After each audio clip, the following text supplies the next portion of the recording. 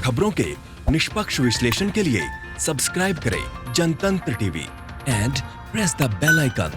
Never miss any update. जहां देश भर में कोरोना वायरस के संक्रमण के चलते 25 मार्च से लॉकडाउन जारी है। 4 मई से शुरू हुआ लॉकडाउन 3 आज खत्म हो रहा है। कयास लगाए जा रहे हैं कि लॉकडाउन 4 2 हफ्ते के लिए बढ़ सकता है। लॉकडाउन के इस चरण में कितनी और क्या रियायतें मिलेंगी, इसे लेकर जल्द ही गृह मंत्रालय की ओर से सारी जानकारी दी जाएगी। सूत्रों के हवाले से जानकारी मिली है कि लॉकडाउन के चौथे चरण में सार्वजनिक परिवहन के साधनों को लेकर छूट दी जा सकती है। इस चरण में ऑटो, बस और कैब सर्विस को मंजूरी मिल सकती है। चौथे चरण में ई कॉमर्स के जरिए गैर जरूरी सामान की सप्लाई को मंजूरी मिल सकती है। लॉकडाउन के इस चौथे चरण में स्कूल, कॉलेज, मॉल्स नहीं खोले जाएंगे, लेकिन सैलून वगैरह को जोन के आधार पर मंजूरी मिल सकती है।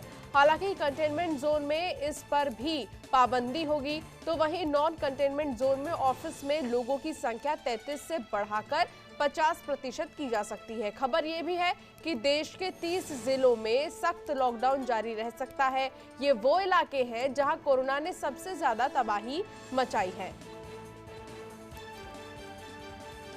तो 2 हफ्ते के लिए लॉकडाउन बढ़ाया जा सकता है।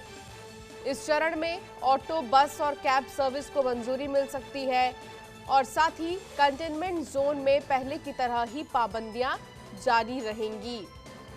चौथे चरण में ई कॉमर्स के जरिए गैर जरूरी सामान की सप्लाई को मंजूरी भी मिल सकती है। लॉकडाउन के इस चौथे चरण में स्कूल, कॉलेज, मॉल्स नहीं खोले जाएंगे। देश के 30 जिलों में सख्त लॉकडाउन जारी रह सकता है। लॉकडाउन के चौथे चरण में सार्वजनिक परिवहन के साधनों को लेकर छूट दी जा सकती है। इस चरण में ऑटो, बस और कैब सर्विस को मंजूरी मिल सकती है। तो 2 हफ्ते के लिए लॉकडाउन बढ़ाया जा सकता है। लॉकडाउन 4 की अगर हम बात करें तो एक नए रूप और नए रंग की तरह ये लॉकडाउन होगा और इसमें कई सारी छूट दी जाएंगी, कई सारी रियायतें दी जाएंगी और इन रियायतों में ई कॉमर्स के जरिए जो गैर जरूरी सामान है वो भी आप ऑर्डर कर सकेंगे। 30 जिलों में सख्त लॉकडाउन जारी रह सकता है। जहां पर सबसे ज्यादा कोरोना के मामले सामने आ रहे हैं वहां पर लॉकडाउन जारी रहेगा, लेकिन जो ग्रीन एरिया है, जो ग्रीन जोन है, वहां पर छूट दी जाएगी। वहां पर कुछ दुकानें खुल सकती हैं, वहां पर बसेस चलेंगी और वहां पर कैब्स चलेंगे और रिक्शा भी वहां पर चल सकेंगे। लेकिन जो रेड जोन एरिया है वहां पर ऐसी कोई सुविधा नहीं शुरू की जाएगी।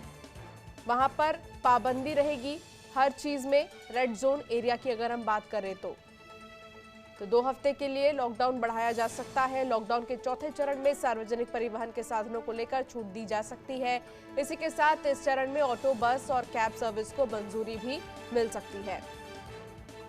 कंटेनमेंट जोन में पहले की तरह पाबंदियां जारी रहेगी। अंशु पवार हमारी संवाददाता हमारे साथ जुड़ गई हैं। अंशु, 2 हफ्ते के लिए लॉकडाउन बढ़ाया जा सकता है, लेकिन लॉकडाउन 4 का रूप और रंग कुछ अलग होगा। क्या क्या जानकारी मिल रही है कि कहां-कहां रियायत दी जाएगी?